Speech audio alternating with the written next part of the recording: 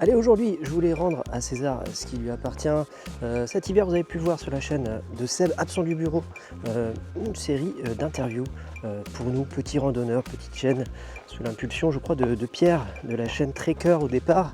Et c'est bien Seb qui a, lui, pris l'initiative de faire un peu le décortiquage de toutes ces chaînes de rando, plus ou moins grandes d'ailleurs. Il y a eu un peu de tout, il y a eu du Colline Voyage, que vous connaissez peut-être, on va en reparler tout à l'heure d'ailleurs. Il y a eu Fifi, il y a eu moi, il y a eu Rando Sympa que j'adore, et il y en a eu un dernier, il y a eu Héloïse également. Voilà, donc je voulais faire un peu la même chose. Je pense que c'est intéressant d'avoir cette idée de partage des chaînes. Plus on a de possibilités d'avoir des sources différentes, plus on peut bien se renseigner sur diverses randos, divers GR, divers parcours. Voilà, je trouve ça très intéressant. Du coup, voilà, moi je vais faire un petit top 3 sur YouTube, des chaînes YouTube que moi j'aime bien, et également 3 comptes Instagram, puisque la rando c'est aussi sur Instagram. Il y a beaucoup de randonneurs qui ne diffusent pas sur YouTube, donc je trouvais ça intéressant d'intégrer Instagram à la chose. Allez, j'avance un peu, on se retrouve après.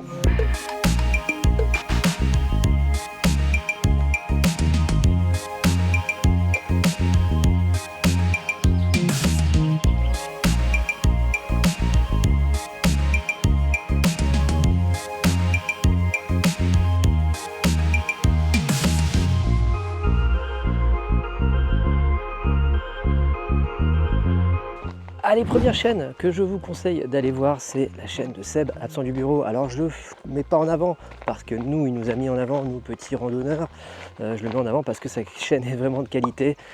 Chaîne maintenant aboutie, on est à plus de 4000 abonnés, plus de 400 000 vues sur l'ensemble de ses vidéos. Ça commence à causer un petit peu. Et c'est mérité parce qu'il propose un contenu de qualité. Vous pourrez retrouver sur sa chaîne bien, le GR70, notamment le Stevenson. Également le Compostelle qu'il a fait en 2 fois. Les deuxième tronçon, il l'a fait récemment. Ses dernières vidéos concernent bien sa fin de parcours sur le chemin de Compostelle. Et également la grande traversée du Jura qu'il a fait il y a quelques temps maintenant.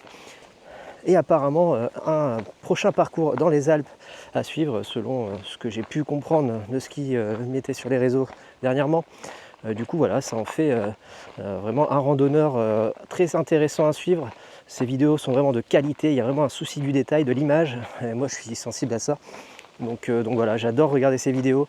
Je vous conseille vraiment d'aller voir, vous aurez aussi des informations sur le matériel, certaines petites astuces, voilà, donc c'est toujours bon à prendre. Donc voilà, Seb absent du bureau, merci encore à toi de nous avoir tous mis en avant. Je trouve que c'est intéressant de partager des choses et tu en fais partie de ces personnes qui aiment partager de façon très honnête leur contenu.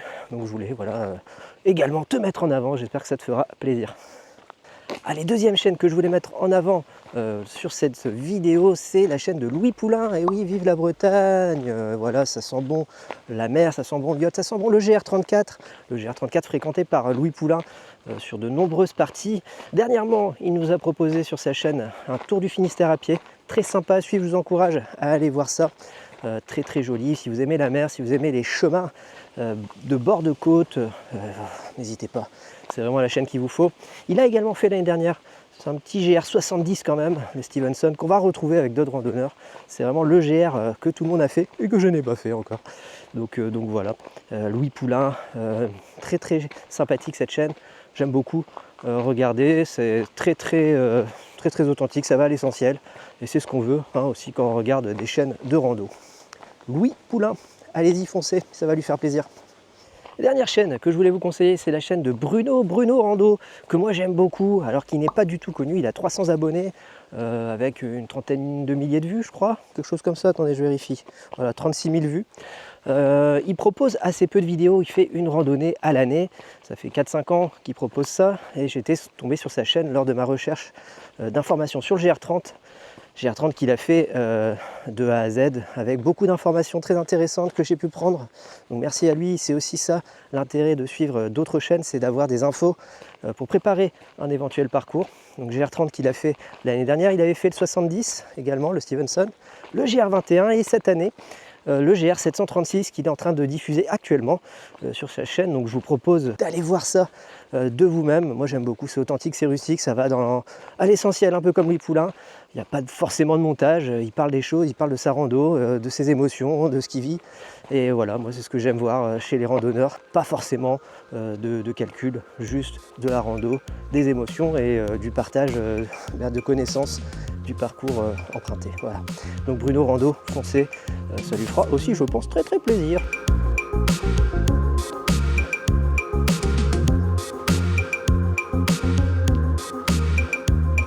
Cette chose me suit du regard, n'est-ce pas?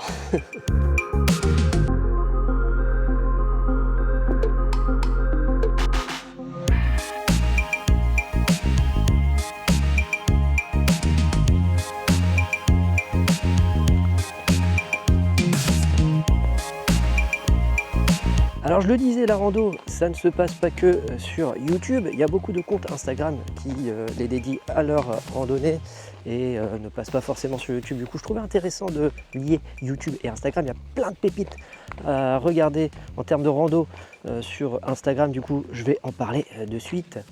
Alors premier compte que je voulais présenter, Seb en a parlé pour sa chaîne YouTube. Dans cette interview, je vous présente Colline. Colline voyage avec un compte à 3100 followers tout de même. Elle est très active en story.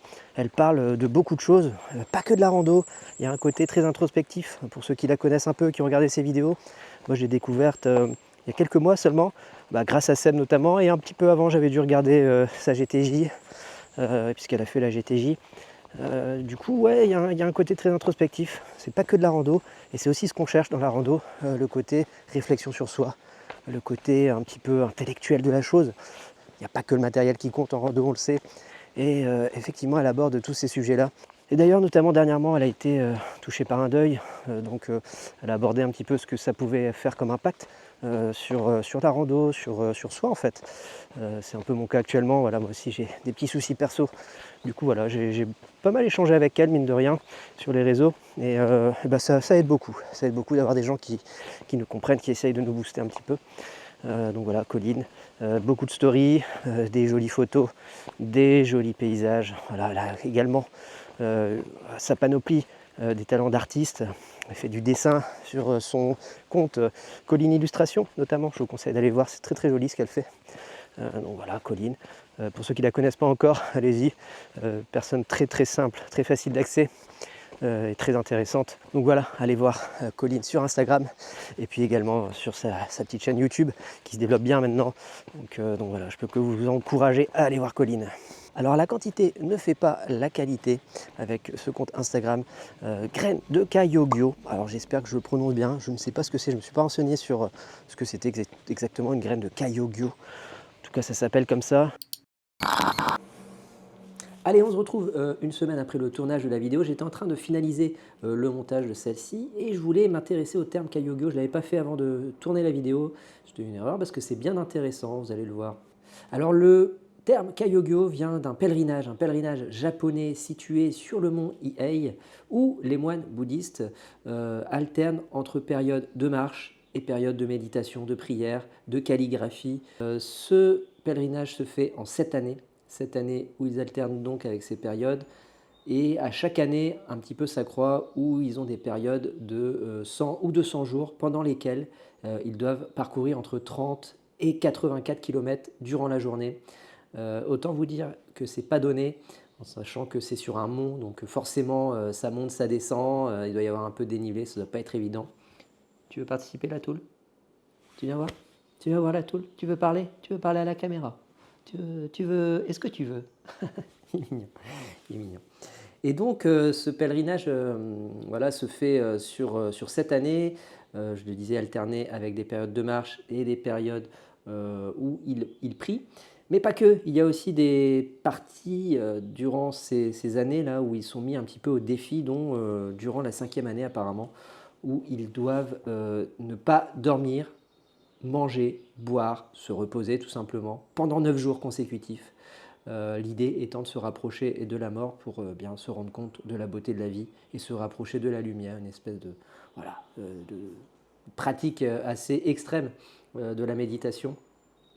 Le moine est entouré de deux personnes autour qui surveillent qu'il ne s'endorme pas et qui puisse aller au bout de son effort, sa méditation en tout cas. Alors l'idée donc est de pouvoir essayer d'exercer une certaine sensibilité en fait à la vie avec la prière, mais sachez que la pratique extrême, et à l'époque c'était comme ça, c'est un pèlerinage qui est très très très vieux, l'idée était que si le moine n'allait pas au bout du pèlerinage, il devait se suicider. Donc autant vous dire que c'est quand même quelque chose de pas très très rigolo. Faut savoir que depuis un siècle, depuis 1880 et quelques je crois, seuls 48 moines sont allés au bout du pèlerinage. Autant vous dire que c'est pas donné à tout le monde, tellement l'approche du pèlerinage est très compliquée. Enfin voilà, je voulais revenir sur le terme de Kayogyo. C'est bien pour ça aussi que la personne, je ne sais même pas son prénom, je pense appeler son compte comme ça, c'est que lui également fait de longs pèlerinages, de longues marches durant des jours et des jours. Allez voir son compte, vous verrez sur toutes les stories, il y a énormément de divers chemins et ce sont de longs chemins en tout cas en général, donc peut-être que son approche est d'aller vers là. Et voilà pour le terme Kayogyo, j'espère que ça vous a intéressé. Je vous mets en lien une petite vidéo YouTube très sympathique à regarder, très très jolie, qui explique un petit peu tout ça et qui montre des images de moines pendant l'effort, etc. C'est sympa à regarder, donc je mets ça en lien. Et également le petit Wikipédia qui permet de retrouver un petit peu les infos que je vous ai racontées là. Il va y avoir plein de sources, je pense que je vais continuer de me renseigner sur la pratique. Je trouve ça assez fou quoi. Donc voilà, on reprend tout de suite la vidéo. Allez, moi je finis le montage. Je ne connais pas son prénom, j'ai pas échangé avec lui beaucoup. Il a uniquement 30 followers et pourtant il baroude. Dites-vous bien qu'il baroude. Il a fait énormément de chemin depuis des années. Alors moi je le suis depuis peut-être un an à peu près, depuis le GR30. Et franchement, très sympa ce compte Instagram. Oui, énormément de chemin parcouru, GR30, GR70, il a fait la Via Transigena, la Via Alpina, le Camino del Nante, Camino de Ronda dans les Pyrénées, le Compostelle, bref, il a fait énormément de chemins, des petites randonnées également en Bretagne, sur l'île de Bréa, l'île Dieu, bref, impressionnant, il a des stories qui sont magnifiques avec l'influence que moi j'aime beaucoup, c'est l'influence un peu rock. Voilà, les stories sont vraiment chouettes. Moi, je vous conseille d'aller voir des photos. Il y a une patte, il y a vraiment une patte sur ce compte. Très sympa à suivre. Ça lui fera plaisir. Hein. Il n'y a que 30 followers. Je ne recherche peut-être pas la notoriété, hein, loin de là, mais en tout cas, je pense que c'est vraiment le compte à suivre de par la quantité de randonnées qu'il peut faire. Graines de Kayogyo. Allez-y, foncez. Moi j'adore. C'est vraiment top.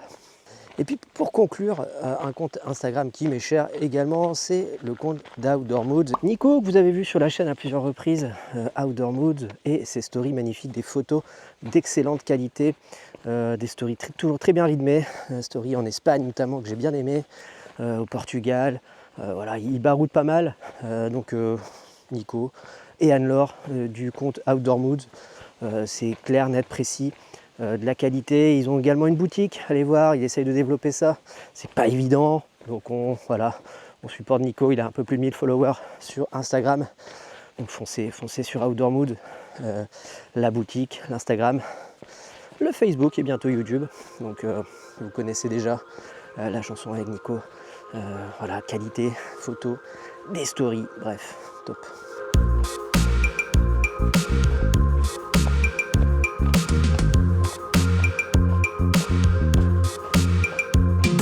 Voilà, nous on a fait le tour des chaînes YouTube et des comptes Instagram que moi je pouvais vous conseiller pour suivre des personnes qui font de la rando, voilà, avec divers styles, donc vous aurez de quoi trouver votre bonheur. Je vous le partage aussi parce que moi cette année, vous l'avez compris, ça va être plus compliqué pour proposer du contenu sur les chemins. J'essaierai de faire 2-3 trucs mais je promets rien. Donc voilà, allez foncer voir ces comptes, vous trouverez forcément de quoi vous distraire l'œil voilà, pendant vos soirées où vous ne savez pas quoi faire. Compte Instagram, chaîne YouTube, allez-y, foncez, je mets tous les liens en description de ces personnes. Ils seront ravis de vous voir arriver sur leur réseau. Donc voilà, nous on se retrouve où je ne sais pas quand, je ne sais pas, mais on va se retrouver bientôt. En attendant, tu te lèves et tu marches, hein, tu connais le topo. Allez, ciao. Alors, petit passage de rivière, quasiment asséché. Ah, il fait beau en Bretagne. Putain. Hop. Ah, quel spécimen je suis. crapahute tel un lynx dans ses contrées sauvages. Allez, ciao.